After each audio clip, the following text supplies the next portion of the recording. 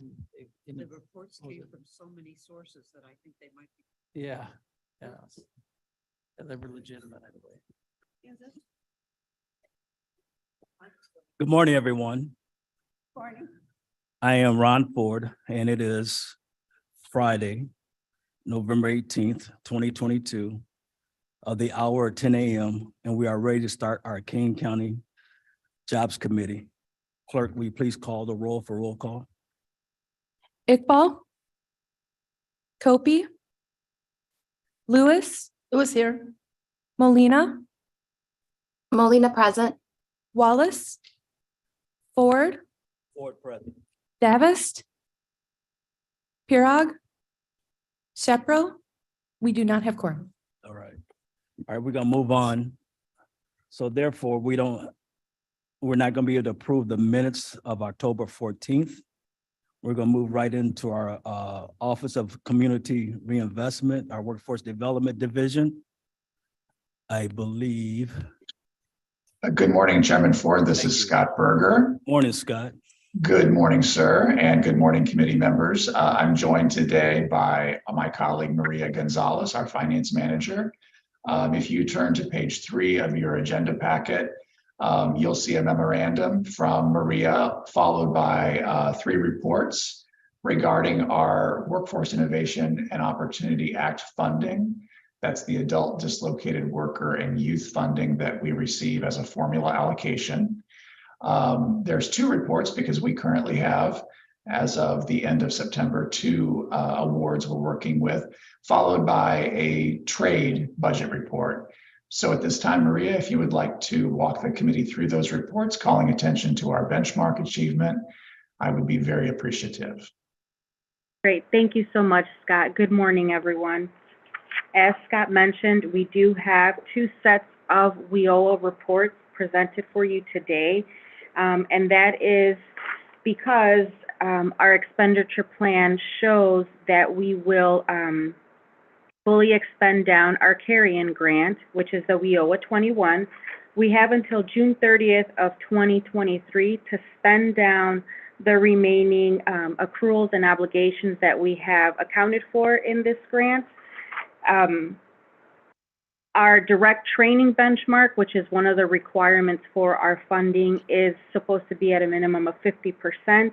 If you will see in the lower part of your report, both of them, there is a section titled direct training. Both of them reflect 60%, so we are exceeding that benchmark with our September reporting. How they calculate that is they take a combination of the spending on training for both of the grants. It's a combined cumulative to ensure that we're hitting our benchmarks. And now with the WIOA 21, because we are in the 2nd year of the 2-year cycle with this grant, we are now held accountable for the youth work-based learning benchmark at 20%. You will note that on the bottom half, again, with the WIOA 21 report, we are at 30. So we have exceeded all of the necessary required benchmarks for the WIOA 21 grant. We did meet the 80% obligation benchmarks at the end of June for the WIOA 21. So we're just moving along, spending down the remaining funds for that. You will note that for the on-the-job training expenditures that we've had starting July 1st of 2022, we have spent $22,588 specifically for dislocated worker. There are more on-the-job training reimbursement packets out there waiting to come in. As you can see, then we also reported $166,000 of what we have pending to pay. So now we turn to the WIOA 22 grant. We are starting the first of the 2-year cycle with this grant. In my time here, this is the earliest that we had reported expenditures and accruals for a new grant. We reported it on the youth side, where we show that we have things coming in queue for payment for youth. With this one, by June 30th of 2023, we do have to show the state that we will spend and or obligate at least 80% of these allocations that we were awarded. If you look on page 5, in the middle section that says obligations, the first bar graph notes that what we reported to the state, adult and dislocated are in the 20% range and youth is at 100. What this means is the information that I used to report to the state, we are showing that through the end of September, 20% of our funds are accounted for, 21% for dislocated, and then 100% for youth. Now, this is specifically for the contracts that we have out there. I'm not able to report unspent salary and fringe expenditures, unspent operations compared to our budget. And the state keeps track on, they track us on a monthly basis. So through the end of the first quarter, we should be roughly around 20–25%, and we are within the range. So everything is looking good, projecting to go along smoothly so long as our expenditures keep coming through. Our trade grant finished at the end of September 30th. We submitted all of our final reports to the state. They were aware that we weren't going to spend down that full allocation, and that is solely due to participant activity. These funds are awarded to us based on need.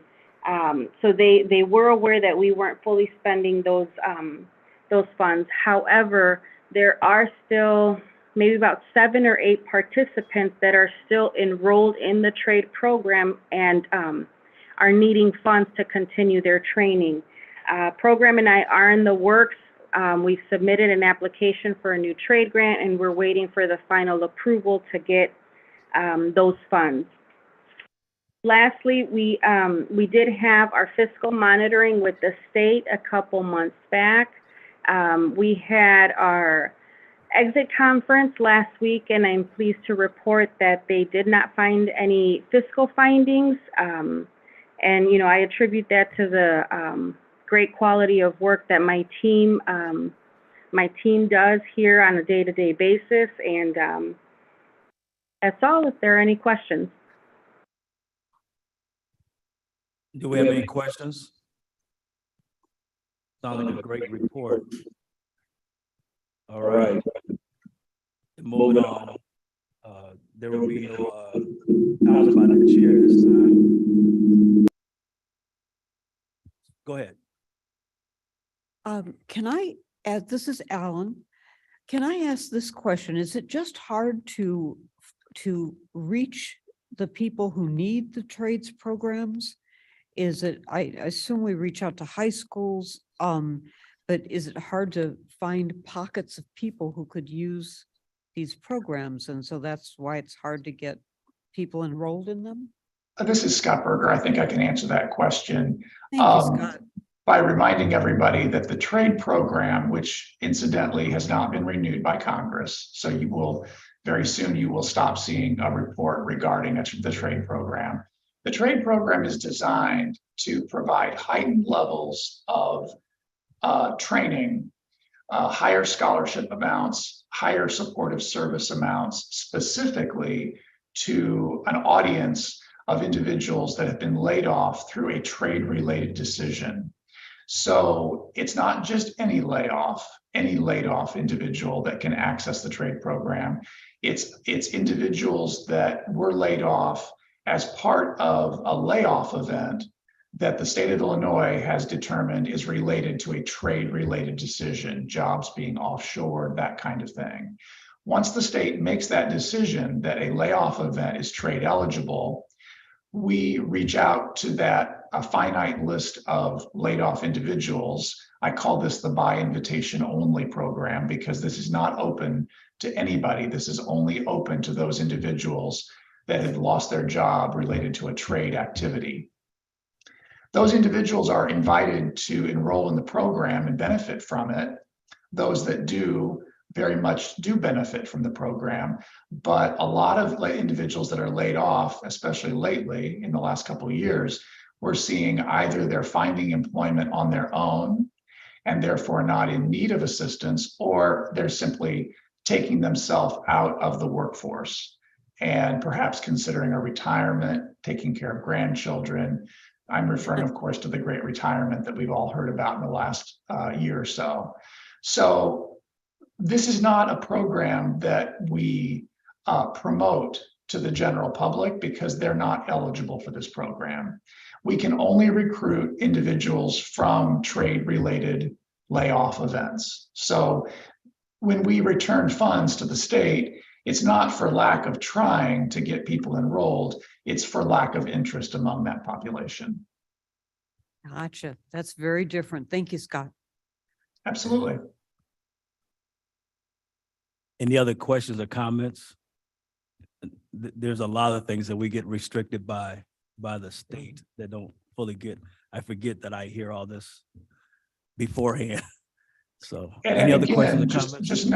just note that this program was not reauthorized by Congress.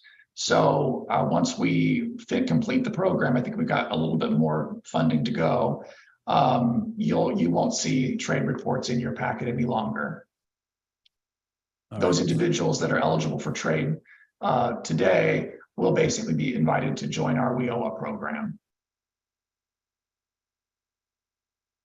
Go ahead, Chris. This Caius, District 23. So just a quick question. The trade, when you refer to the term trade, are you talking about like tariff and trade with foreign countries? Oftentimes, trade-related layoffs are a result from a company taking jobs to other countries. Okay, So when manufacturing jobs go to China or where, that would be a trade-related event. The trade program was designed to help compensate the workforce for business decisions that were outside the control of the workforce and resulted from trade-related activity between countries. thank you.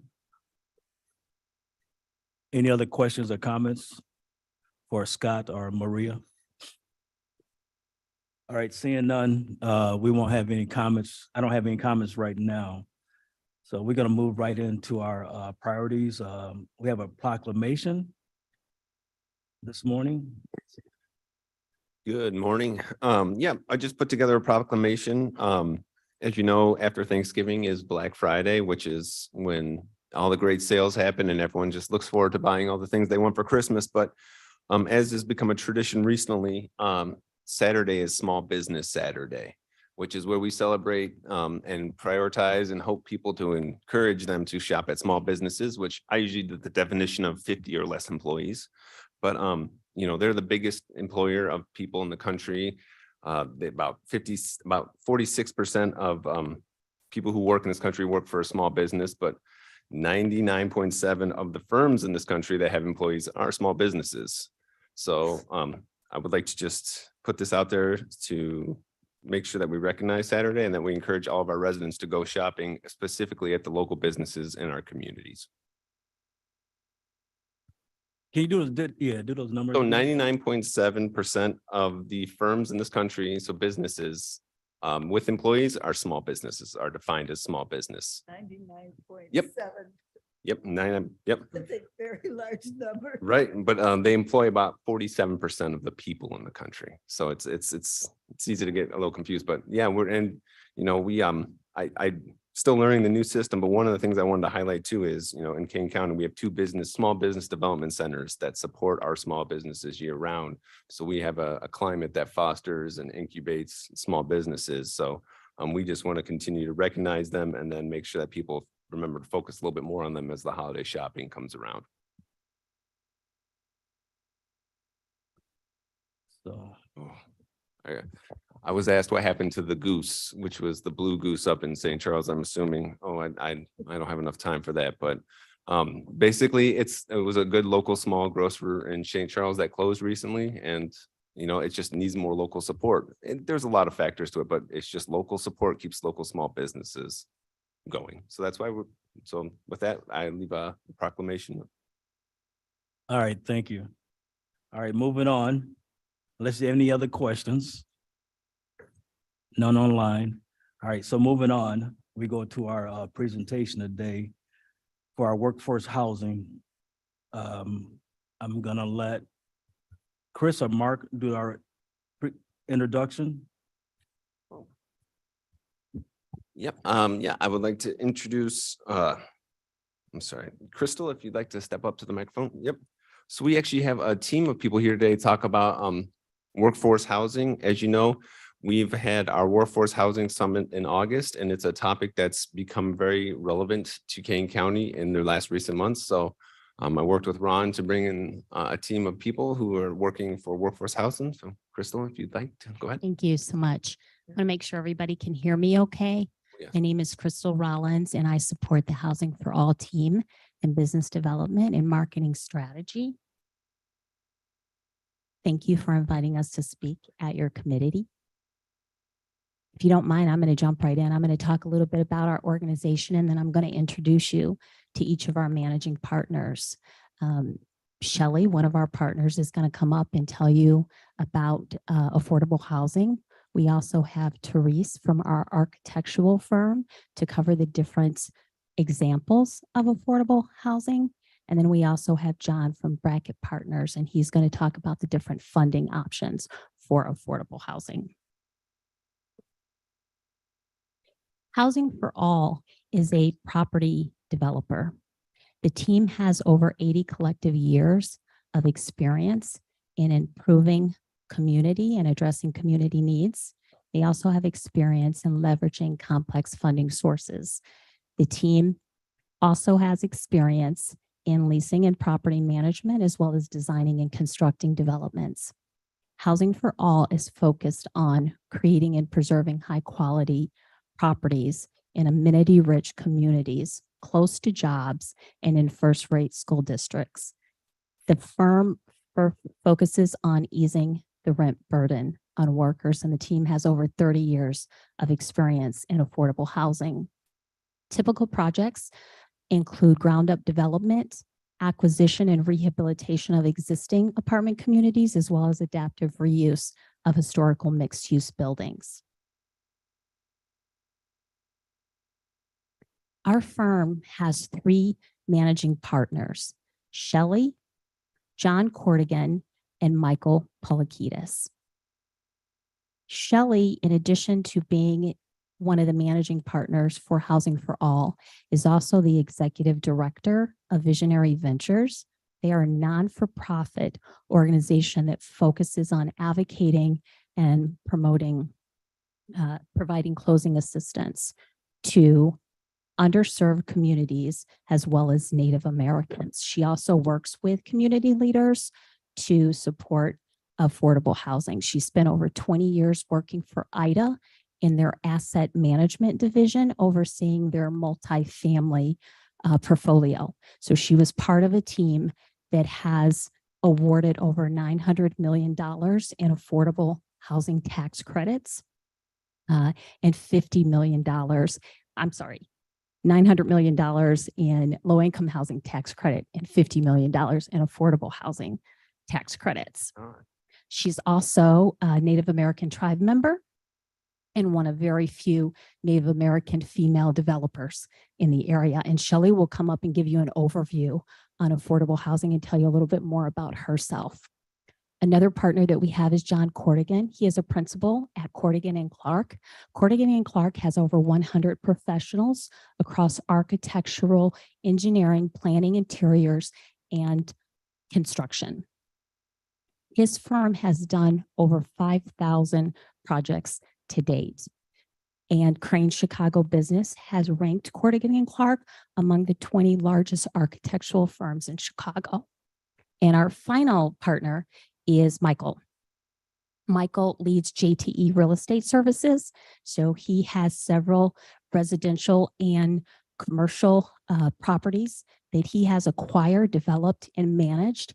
He also is part of a team that has recently redeveloped an almost 10-acre historical hospital campus in Aurora that's been covered on various local news channels very recently. So it's one of the largest historical redevelopments in the Midwest, certainly in the last decade.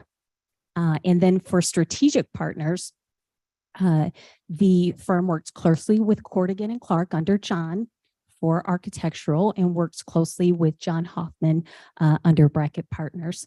John is the founder of Brackett Partners, and he focuses on tax incentives, credits, opportunities, zones, and local and other incentives to ensure successful funding of projects and to enhance the rate of return. And John is going to come up and talk about the different funding options for affordable housing.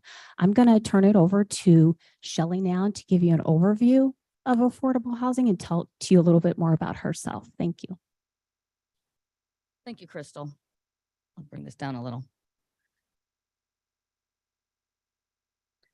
I just want to thank Chris and the King County Board members for inviting us here today to give a presentation on our team and the workforce affordable housing that we've been doing over the last couple of years, and some of the projects that we're going to be working on in the future also. As Crystal mentioned, I'm Shelley Tizzarelli, and I'm a tribal member of the Oneida Nation of Wisconsin.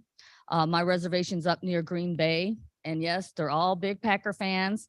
And I just told them, now you know how it feels to be a Bears fan. It's okay, the Packers will come back. Yeah, that game We'll last we'll night. send was you a sympathy note. Yeah, last night's game was not very good. Previously, as Crystal mentioned, I worked with Illinois Housing Development Authority for over 20 years. Started in the asset management department and went out to had a nice portfolio throughout the state to make sure that they were doing all the providing all the resources and making sure that their projects were being managed properly. And then moved to the low income housing tax credit department and actually managed the program for a couple of years. Currently I'm serving as the executive director for Visionary Ventures and a P Corporation. We are a Native American nonprofit with a 100% Native American board of directors, and working with community members. And again, having support in the communities that you work is so important. And we want to make sure, and that's why having these meetings and having this outreach is so important, because you have to have that support of that community. You don't want to go into a community and not have the support, because it's tough doing affordable housing, workforce housing. If you don't have the support, it makes it even tougher. So one of the things that we talk about when we're doing workforce housing is that most of our residents in our communities are in the middle. We have residents that don't make enough to be in market rate housing or luxury housing. And then again, they're making too much money to be in like Section 8 housing or federally subsidized housing. So then we have all these people in the middle, and that's where the low income housing tax credit program comes in, because as you can see the numbers, for some housing households that earn between say one person earning 18,000 per year, all the way up to like a family of 4 making 63,000 would qualify to live in the low income housing tax credit developments. And again, this is workforce housing. You have to pay, there is a rent that's due. So we do have to have working individuals in these complexes. And one of the areas that we do see that these units work so well for is our first-time teachers just coming out of college. Some of your municipal employees that are just, first time or first couple of years that they're working, they're making the wages that would allow them to live in these beautiful apartments. And then also all your service employees within the county, all of those service employees would benefit from this type of housing. And again, as we've seen over the last couple of years, market rate housing has gone up almost 30%. So right now, a lot of people that are even in market rate housing, they're paying more than 35% of their income in rent. And so that means they don't have enough money to pay for, proper food for the family, proper education, proper health care. So this type of housing is desperately needed in all of our communities. Another thing that we take into consideration as our team, Visionary Ventures is part of the Housing for All team, the nonprofit entity. And we just closed on our first project in Aurora. in June, and it's under construction now. And we'll be talking about those projects a little bit later, but we it was our first application as a team into IDA, and we were very successful. We got the tax credits are very, very competitive, and we got them on our first try, which is as working at IDA, I see that there's the first time developers coming in is very difficult, but we have really put together a great team for success. Again, looking for a site is so important. You have to, for the qualified allocation plan, you get points. And a lot of the points are where your location is. So you need to be close to grocery stores because we know that food deserts are, it's very important that people have access to good food. Healthcare, you need to be close to like post office, banks, everything like that. We don't want our residents, we want them to be able to be close to all of those amenities in their community. And so site selection is very important. So I'm always, every time I'm driving around, oh, that might be a good site. You know, I'm always looking at good sites wherever I'm traveling around. Another thing that I have a question for the board members. Do you guys know what percentage of affordable housing or workforce housing that you have in Kane County? So that's something that you'll want to take a look at, and even and then break it down even for the, you know, the different cities also, what percentage of affordable housing, because I know there was a mandate about 10 or 15 years ago that each area needs to have a percentage of affordable housing. And I believe it's 18 to 20%. And if you don't have that information accessible to you, you might want to think about doing a housing needs assessment. And then also that will kind of tell you what your community needs. Do you need rental single family homes? Do you need duplexes? Do you need multifamily? Do you need triplexes? So again, that housing needs assessment will help you gain that information of what your community needs. Next thing I kind of want to talk about is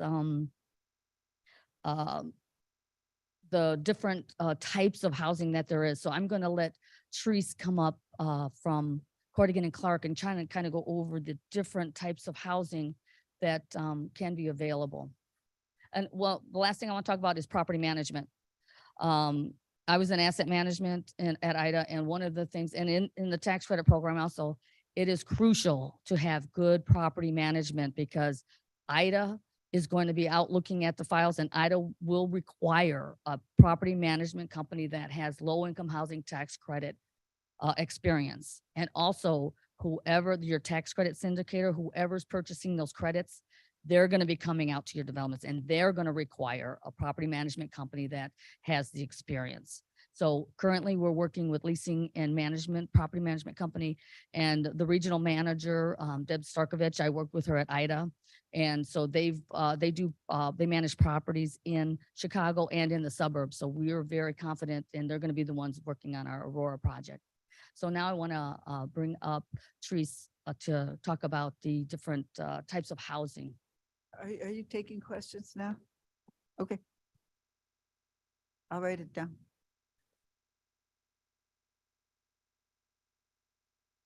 Morning. Can everyone hear me all right? Good morning. Thank you for having us. My name is Therese Thompson. I'm a vice president of Corrigan Clark and Associates. And Crystal did a great job of giving you kind of a general overview of Corrigan and Clark. So I feel like I don't need to get into that too much. My role here is really to present an overview of what affordable housing can look like. A lot of people have a preconceived idea of, what affordable housing is, physically. But we've been doing affordable housing projects for a variety of developers in the Midwest, mainly in Illinois, but also some in Iowa, Indiana, and Michigan. So we've covered a wide range of building types that suit the specific need of the community and the population to be served. The projects that are up on the screen now are all fairly high density urban projects. The three of them are workforce housing. The one in the lower right is senior building, all are affordable. The one on the top left, in Jefferson Park, was just recently completed about a year ago, fully occupied. This is workforce housing with about 50% of the units having 3-bedroom apartments and the rest being distributed studio 1, 2, and studios and 1 and 2-bedroom apartments.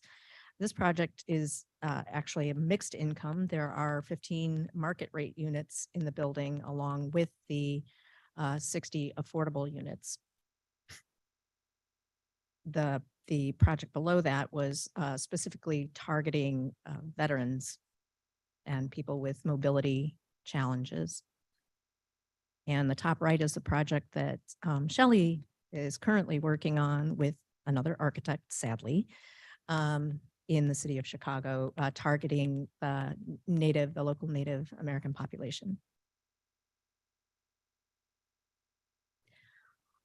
These projects were also all affordable housing projects, 2 of which are workforce housing. One is a senior project and the other is just sort of general affordable housing with 1 and 2-bedroom units. So workforce in general. These are all a smaller scale, kind of more suburban or smaller density urban projects. The one on the lower left is actually in East Chicago, Indiana. So it would be considered urban, but it is a fairly, medium density project. This project in particular, I'll just shout out, is about to be certified net zero on the sloped roof that you can't really see in the image. It's an entirely solar array, and the building is actually producing as much electricity via the solar array as the 28 units use.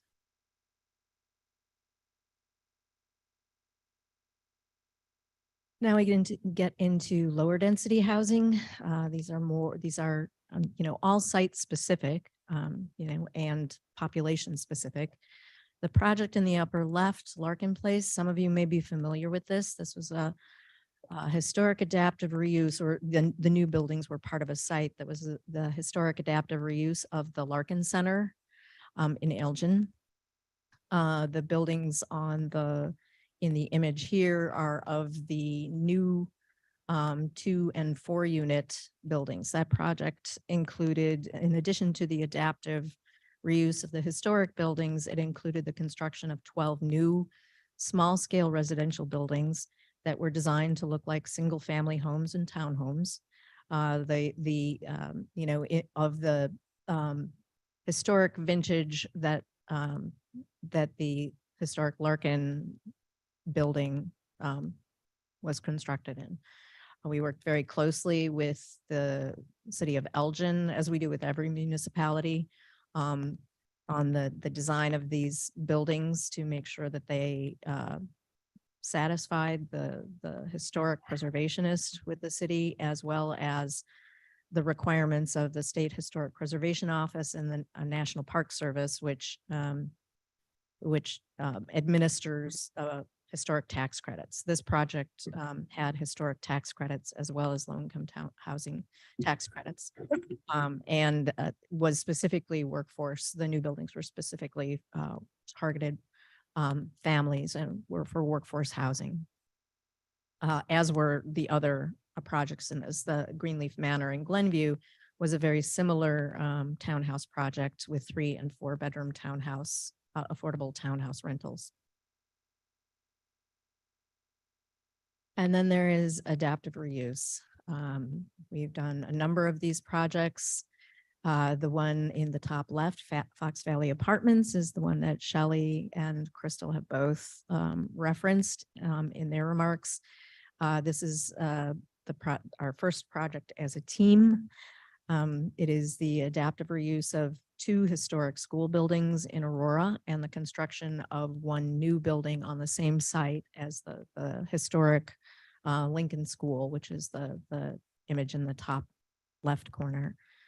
The Aurora Art Center, some of you may also be familiar with, downtown Aurora. We combined 2 defunct department stores to create a performing arts school. I have to think about it because there are so many uses in that building. There are 38 artist preference lofts, affordable. There is a performing arts school. There is a restaurant on the corner and dance and theatrical rehearsal spaces for the Paramount Theater.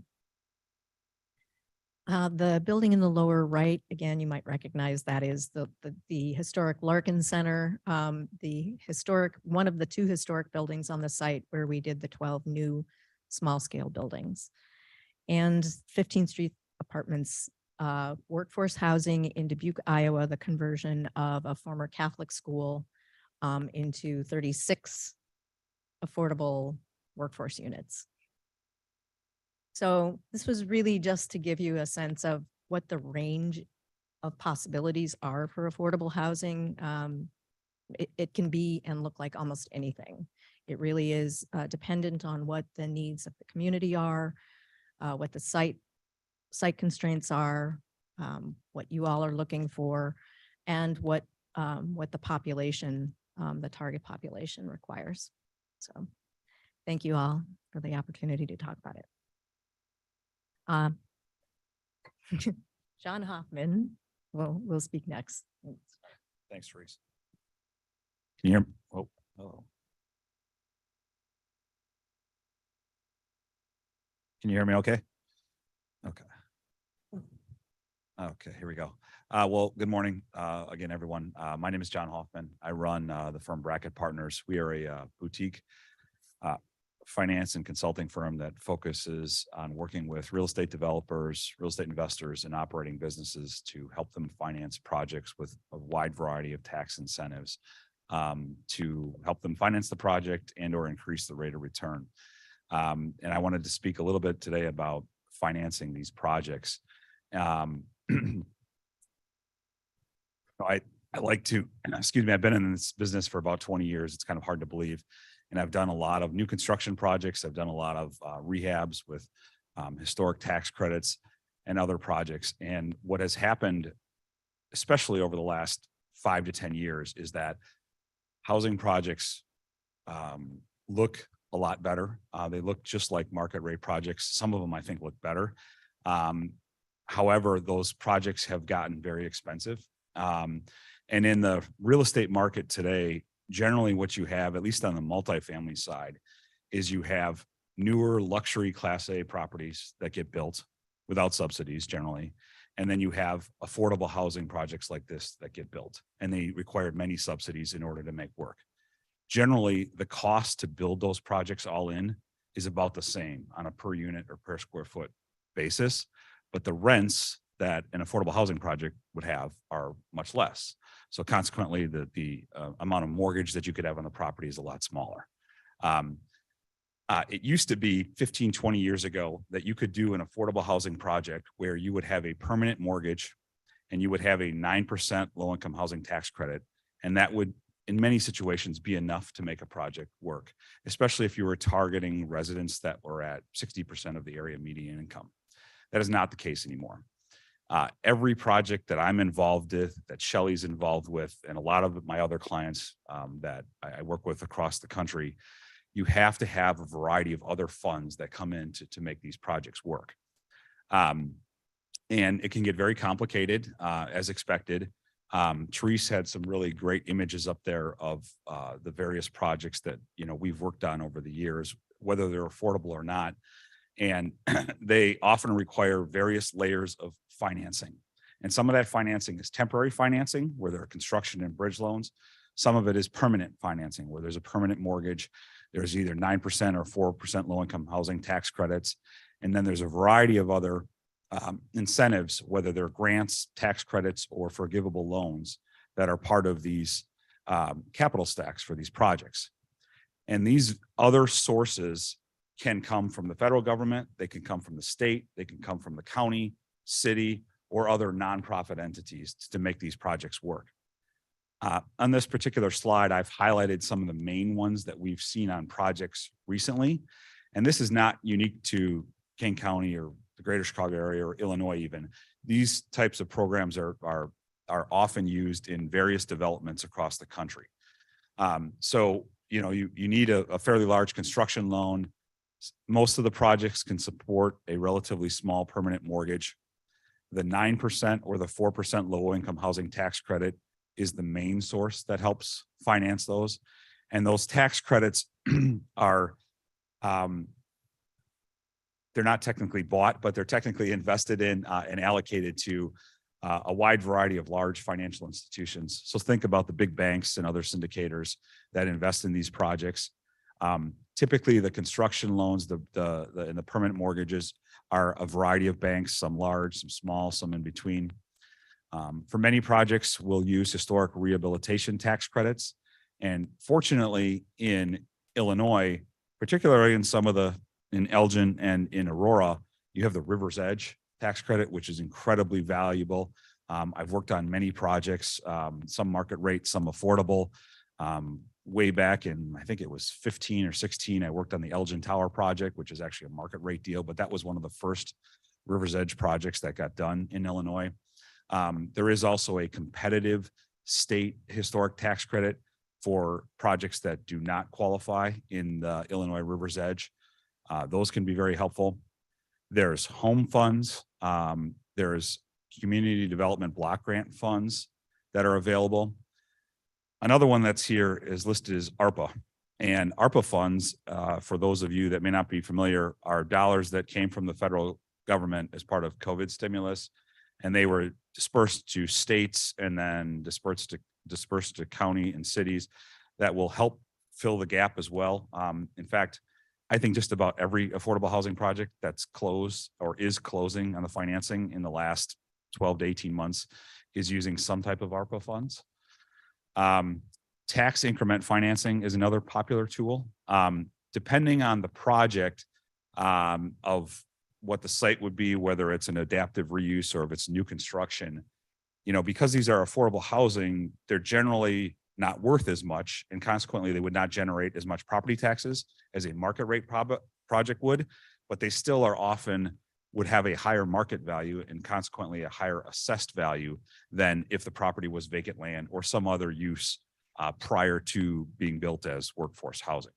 So if that's the scenario, tax increment financing can be very valuable, and it's obviously easier if that particular property is already in a TIF district.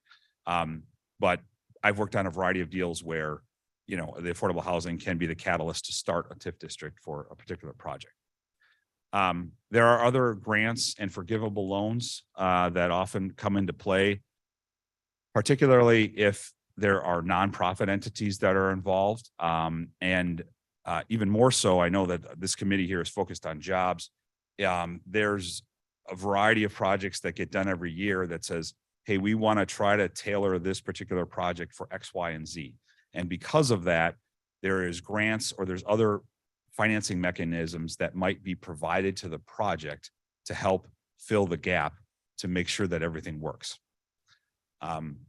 One thing I wanted to highlight on here is that as a group, I'm part of the Housing for All team, and I work with a lot of other developers across the country. We don't focus on Section 8 housing. It's not our thing. So as Crystal alluded to at the very start, we're really focused on the 9% and the 4% low income housing tax credit.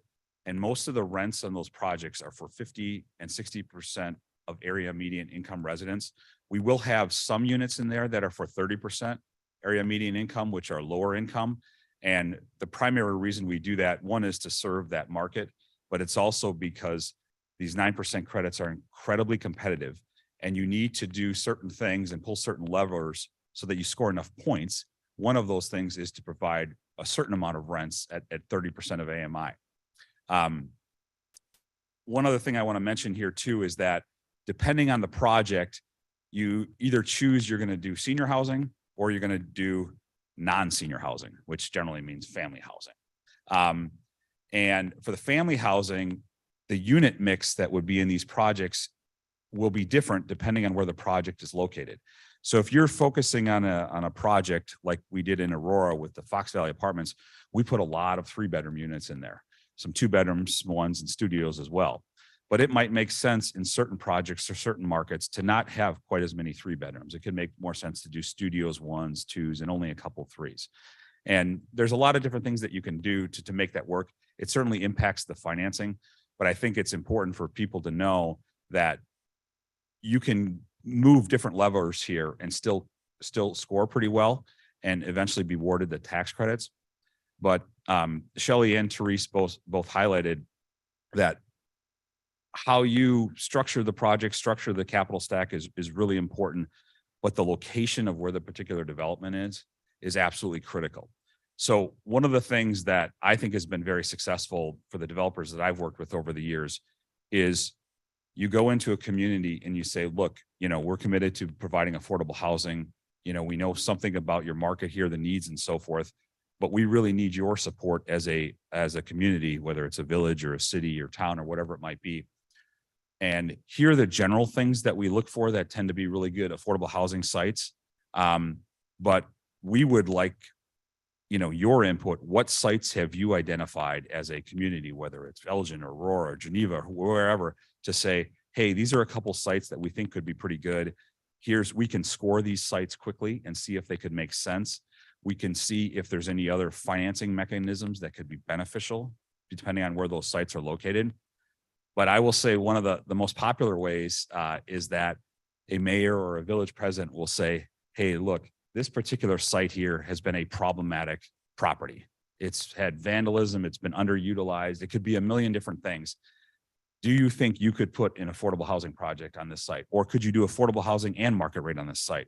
Because this is an underutilized site and this is something that we'd really like to see cleaned up, and we can help you potentially with the financing of that. So that's one of the things versus we would come in and say, hey, we like this one site, we want to do it here. And the local village board or city board would say, nah, that might not be a good fit.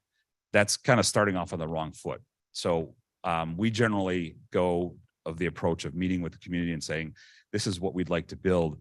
Tell us what you think might be good sites for this, and we'll evaluate that. So that's kind of an overview of the financing. And I know I've added a few other things in this. At this point, we've given a decent overview. We wanted to open this up for Q&A for any of us that you might have questions on. All right, time for questions. Mavis. I live in Aurora and Mavis Bates. I live in Aurora, and there is low cost housing, but it's low income neighborhoods. And does that count as affordable housing if it's in a kind of a poor neighborhood? So affordable housing, there's a term that's called naturally occurring affordable housing. Okay, which might be a good description for what you're thinking of, where they're properties that have been built a lot of times a long time ago, right? And they haven't been upgraded to a high level. Sometimes they're in middle income areas or lower income areas, and they're owned by, often private individuals or families and so forth. And because those individuals or families have owned the properties for a long time, they may not have significant mortgage debt on it. And they're able to provide housing that is at a rate that's certainly much less than a newly constructed building that would not have subsidies on it. So that certainly exists in markets across the country. But if you're in a situation where somebody's building new housing or rehabbing existing ones, as I mentioned, it's very expensive to do that, and you need to have the subsidies in order to make that work. Does that count as part of our affordable housing stock if it's just low cost? Oh, as overall, like if you were to say, like, yeah, it would be based on what the rents are. Okay. Yes. So yes, that would. Yes. Thank you. Any other questions? Go ahead. Anita Lewis, also Aurora resident. And first of all, I want to thank you guys because I live near the old, we still call it the Copley Project, okay? I'm sorry, you can brand it however you want. It's the Copley Project. It will always be the Copley Project. Always. I love it. They've moved in. What I like is that they've kept the historic feel to it. So many of the new projects that come in look like, they don't look like they even belong there. And so I love the way it fits into the neighborhood. The uses that are in there, they have become part of the neighborhood. They've already bonded with the school next door. and invited those kids to coloring contests, and they had open house at Thanksgiving, and it's just amazing. And I'm very excited to see how the Lincoln project and the other school project turn out. So I really don't have a question. I just wanted to thank you guys and look forward to seeing a lot of other great things happen in Aurora. And all of us on this board know Corrigan and Clark, and we also know Michael's group too. So you guys have a great reputation. So hopefully we can find you projects and you can do more great work in our area, in our county. I'll just add that particular property is a great example of, you know, the mayor of Aurora saying, look, if you can clean up this one, we'll support it, whatever you can do, Anything. right? You know, that type of thing. Yeah. Obviously, that was on a larger scale. And that project is not, you know, affordable housing, you know, it has different uses and so forth, but our Fox Valley Apartments, just to be clear, the project in Aurora is the adaptive reuse of the Todd School and the Lincoln School, and then a newly constructed building on the Lincoln School site. And that entire project is affordable. And that's my neighborhood. So we're I was at the opening day when we cut the ribbon and stuff like that. All right, okay, Mark, go ahead. Yeah, thank you so much for coming, and your projects are fantastic, and we're familiar with Corrigan Clark's work as well. I had a couple comments and a couple questions for you, as well as maybe just follow up with Chris and myself on a staff level.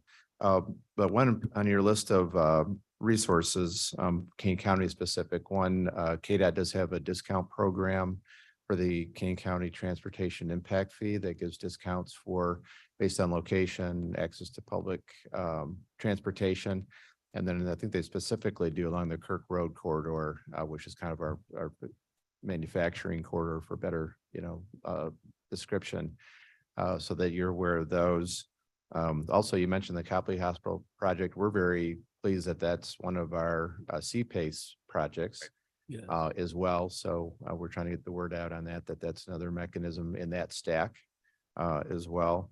And then another partner in funding supports that we're realizing a lot of people don't realize is the Upper Illinois River Valley Development Authority, or IRVDA.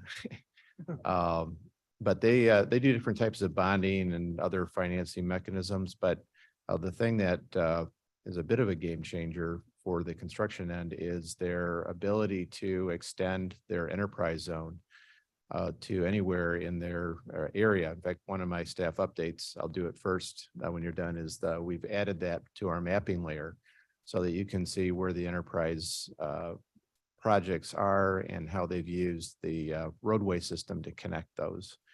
So it's kind of like the River Edge Park, only you can have a specific project, and a number of housing and other commercial developers have utilized that. And then my questions, one, we recently held a county board did a summit. We called it Workforce Housing Summit. You use workforce and affordable housing interchangeably. We can kind of use it interchangeably, but and we heard the same things at our summit from the people who participated, was that community support, helping the community understand what the need is, who the housing is for, supportive of site selection, all those things. So just curious, are you finding either one of those labels more community friendly, or you just use them interchangeably? You want to take that one? Well, of course, workforce housing is really palatable for a lot of communities and that's really what this is. And one of the things that they've been trying to change with one of the tax credit bills in the House over the last several years, but of course, with the pandemic and everything else came in, was to change it from affordable housing or low-income housing tax credits to something that's more palatable for the communities, because people think of, as soon as you say affordable housing, they think Section 8. And this is not Section 8 housing. Residents do have to have a job and they do have to pay the rent. So workforce housing is definitely more palatable for a lot of the communities. And it makes it understand really what it is. I'll add to that, thinking about what's palatable, I would say the best descriptor is workforce housing. Then below that is affordable housing. And the worst is low income housing, right? And what the financing mechanism is the 4% and 9% low income housing tax credit. That's what it's called, LIHTC, right? But the reality is workforce and affordable are similar. But workforce is really, you think about it, it's for non-senior projects, because senior, when it's age restricted, most of those folks are retired, right? When they go in there, right?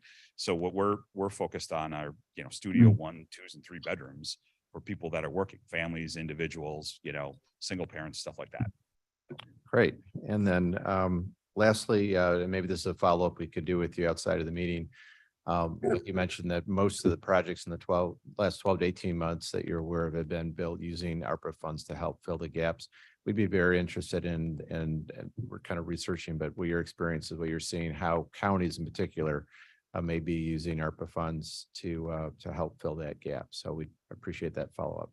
Yeah, I'll say that, on the tax credit deals, IDA received a lot of ARPA funds. So they helped with those projects. But I think there's been a struggle for some counties and municipalities that have received funds, but the restrictions around those funds and how you use them and how it work has made it actually very difficult for a lot of different municipalities to put those dollars out. All right, Mavis? This is quite a different topic, but I think it has to do with workforce housing, affordable housing. In my neighborhood, a beautiful neighborhood on the west side of Aurora, all of Aurora is beautiful.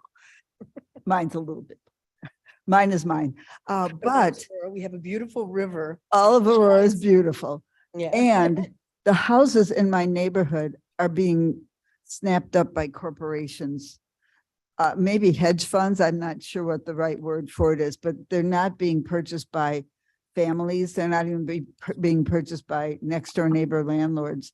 And that's got to be affecting the affordability of the housing. I think that's affecting the skyrocketing rates of rent. And I also have heard that some government entities are trying to stem this, partly by buying the houses. So that's just something for the future, a thought for the future. All right, the one Tepe thing I want- question? Oh, go ahead, Tepe. Thank you. First off, I want to thank everybody for their presentations associated with affordable housing. Whenever I sit through a presentation like this, I learn something new. Mark touched on it a little bit, but I'd like to understand a little bit more how ARPA funds could be utilized. Could it be utilized by a county as a direct grant or to the developing organization, or how can, because there are a tremendous number of restrictions on how those funds could be used. So have you got some examples of how they've been utilized? Sure. I can tell you, we used some ARPA funds on the Fox Valley apartment project in Aurora that we closed earlier this year. And those ARPA funds came from IDA. And just not to get too much in the weeds, but if you provide a grant to the project, it immediately becomes taxable when that money comes in. That's generally not the ideal scenario. So typically how we'll structure this is the funds could come as a grant to a nonprofit, and then the nonprofit would lend the funds into a project. And that's exactly what we did with Fox Valley Apartments. That's how just about every affordable housing projects that I've seen and our legal counsel has been working on, is that's how they're doing it. So from your perspective, as let's say, as a municipality has ARPA funds, you look at it as, well, I'm just providing a grant to this nonprofit. And as long as it gets used to build the housing, it's fine from that perspective. Once we get it to that nonprofit, then it's loaned into the project, and there's a variety of tax and other reasons for that. But from the standpoint of the entity that has those ARPA funds, that's the best scenario, because you're saying, look, these funds are being directly used for building or preserving affordable housing. So to answer that question, that is generally how it's being used. And of course, there's going to be some checks and balances to say, well, hey, we need to make sure that, those funds were used for that. Because IDA has been providing these funds, they already have their checks and balances. They approve every construction draw that we do. They have compliance that is done every year. And in addition to that, you've got, as I mentioned, all those other funding sources, whether it's the community, whether it's a bank, whether it's IDA, they do reviews every year to make sure that we're in compliance with all the things you need to be in compliance for an affordable housing project. So Are there? hopefully I answered the question, but from your perspective, the most straightforward thing to do is provide a grant typically to a nonprofit entity that loans the money into the affordable housing project. And then are there assurances that that will relate to a lower rental price or what are, how are the effective utilization of that lowering the price to the renters? Sure. Well, on a tax credit deal, we're required to have rents that are for area median income. And there's a minimum of 15 years. Those projects have to be at those rental rates. But in most situations, you have to sign another 15-year extended use agreement. So they'll be affordable at those rents, whatever they might be, 50, 60% of AMI for 30 years. And the stipulation that you would do with those ARPA funds is to say, it's for this project and this project is providing affordable rents at this income level. So you could actually make it fairly straightforward as part of it. And of course, that was IDA's condition as well. That, hey, if we're giving you ARPA funds, you're doing this tax credit deal and we're also giving you or awarding the tax credits to you. And because of that, you have to have those rents at that certain level. Thank you very much. I just wanted to add that the reason that the opera funds came out and are being used is because of the construction costs have arisen by the time we applied for those tax credits. And by the time we were going to close, we had a major gap because of the cost of construction. And that's happening across the country. And so these funds were essential in helping us to close the project. So John, you had talked about the cost of these projects, that they're all the same cost. And one thing I want my colleagues to understand, that when government takes over a building, we do just enough work to move into a building. When a developer comes in, they are in a position where they have to bring the entire building up to code. And sometimes remodeling is more of a challenge by far than new housing. So the one thing I want them to understand is the cost of remodeling these projects, how high it is, because you're meeting all the codes and bring the building totally up to code to date. Yeah, that's absolutely the case.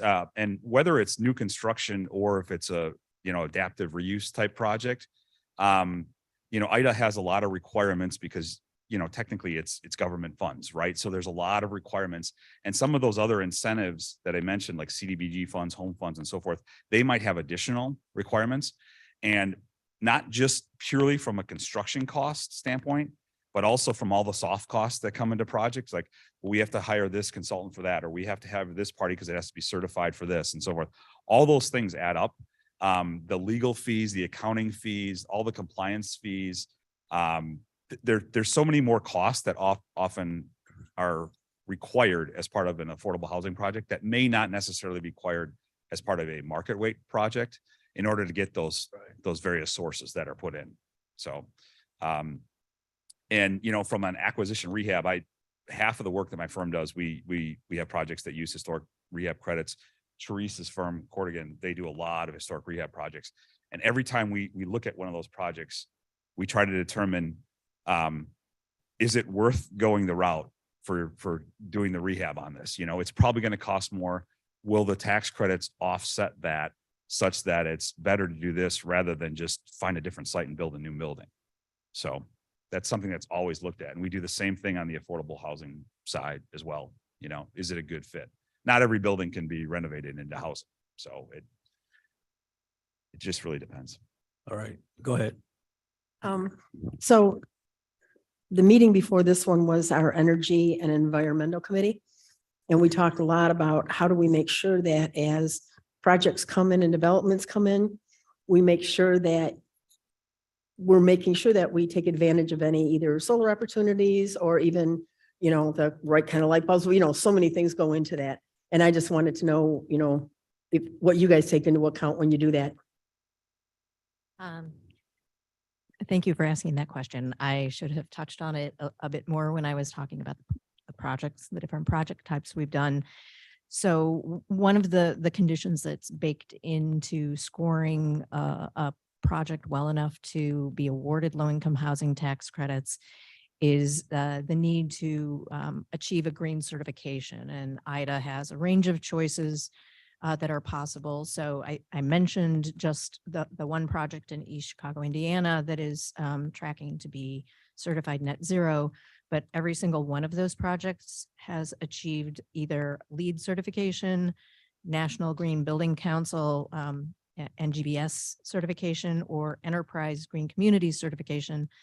Enterprise is little known outside the affordable housing world because it is a green certification specifically for affordable housing. So every one of those projects has achieved that. Additionally, in Illinois, we usually take advantage of the affordable housing new construction grants that Commonwealth Edison offers. So probably every project that was done in Illinois, among those that I showed, included grant funds from ComEd. And in exchange for those funds, ComEd requires certain measures be implemented that go above and beyond what the latest energy conservation code requires. So they're all more green than what the code requires. So just like beyond that, in Illinois, it is a little more difficult to work a net zero project into the mix. Indiana has a program that's specifically geared where the NIPSCO, which is the gas and electric company in Northwest Indiana, actually provide incentives and have a program in place to develop net zero or net metering, which is one of the things that makes solar on a larger scale possible. Because otherwise you need batteries that are just impractical. So like that project that I talked about, is constantly feeding energy back to the electrical grid when it's not needed by the building. And so it's sort of, we look at the cost over the course of a year because at some points they'll be spending money on electricity and some points they'll be making money on electricity by selling it back to NIPSCO. So that mechanism doesn't exist yet in Illinois, or if it does, we haven't figured out how to make it work, but it's sort of having done it once, we know it can work. So love the opportunity to try it elsewhere. Awesome. Thank you. Thank you. I'll add, I'd like to add one point to that too. The recently passed into law, Inflation Act, had a lot of incentives for solar, anybody that follows this, and particularly for affordable housing. And if those projects are located in certain areas that are lower income, it's almost to the point for solar, for new construction, or even adding solar to existing affordable housing projects where the solar can pay for itself within 1 to 2 to 3 years between the tax credits and the other things. So with that recent act, that is kind of a game changer.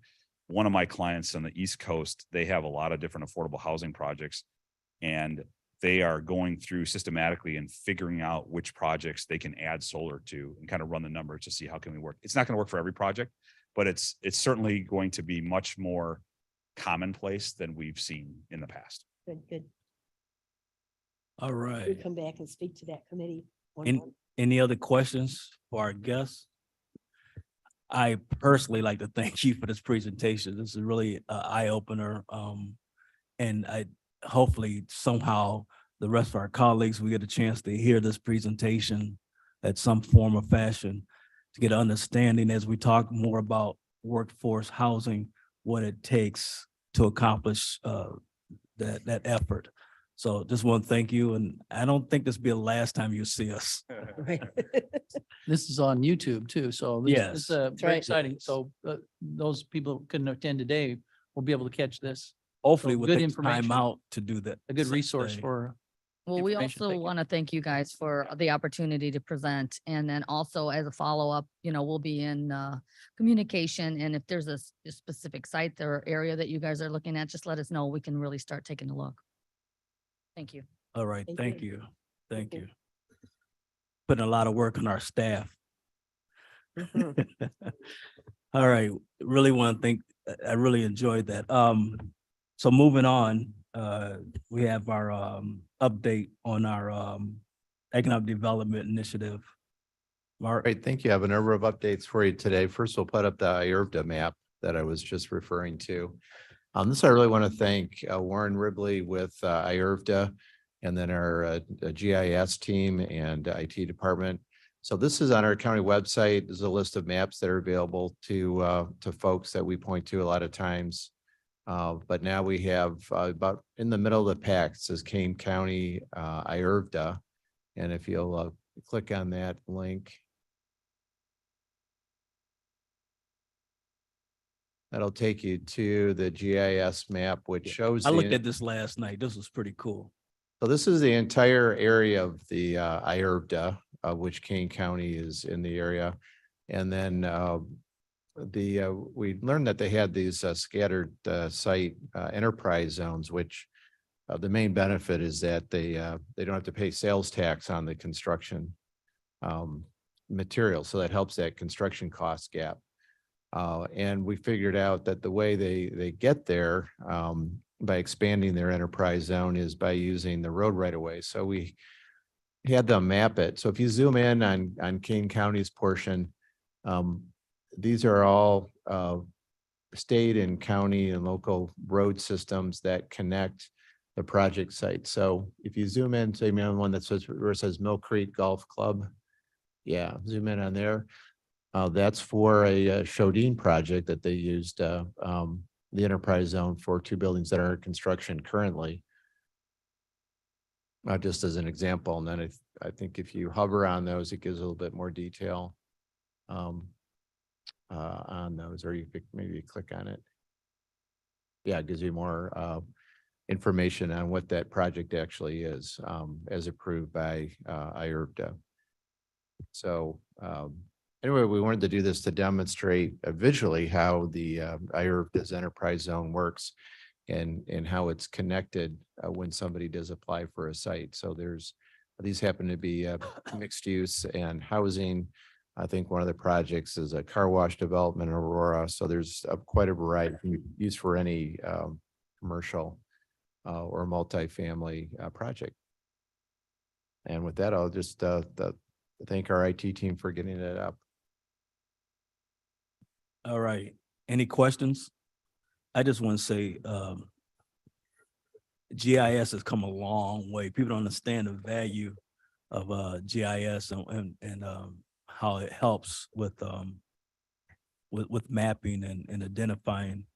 For a guy who used to survey, and the GIS maps back in the day had a 10 or 15 feet variance, when you went out to try to mark out a property. Now it's so accurate down to inches. It's just amazing. Great. And then just have a couple other updates Go for ahead. you. One on the regional level, pretty much all the other counties and they're working on the Greater Chicagoland Economic Development Partnership have gone through, as the county, this county board has to commit to the partnership in principle as well as in funding for 3 years. And we are looking towards, or they're looking towards putting together some kind of a big announcement and launch sometime in December. So we're very excited about that. On the county level, we're continuing to work with DCEO on finalizing our grant agreement for the $150,000 RISE planning grant. We expect to be able to finalize that and really launch that strategic plan process in 2023. So we're excited about that. And then the other big initiative that's had a lot of action, and we'll see a lot of action next year, is the Fabulous Fox Water Trail. As you know, the county is applying ARPA funds as a match to a grant that we applied for, again, from DCEO for a tourism attraction grant. We asked for $500,000, primarily for infrastructure, for improving and installing new access locations. So we, regardless of whether we get the grant or not, we expect to move ahead with the county funding in planning with our municipalities, forest preserve and park districts to start that process. And then in addition, the DCEO came out with another grant announcement recently for promotion and marketing for tourism, and we are going to be applying for that grant.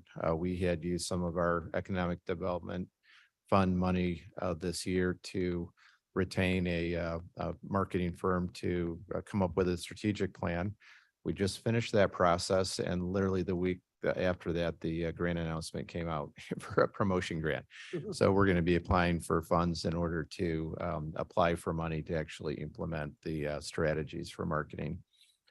And then to cap all that off, Karen Miller, who's been heading up the Fabulous Fox Water Trail project, completed and submitted the actual nomination to the National Park Service for the National Water Trail designation. That was a huge undertaking, huge kudos to Karen. She also had support from Chris and others on our team to get that in. And we hope to hear back sometime in March. So could be a really busy year for those initiatives. So with that, I'm happy to answer any questions. Any questions or comments?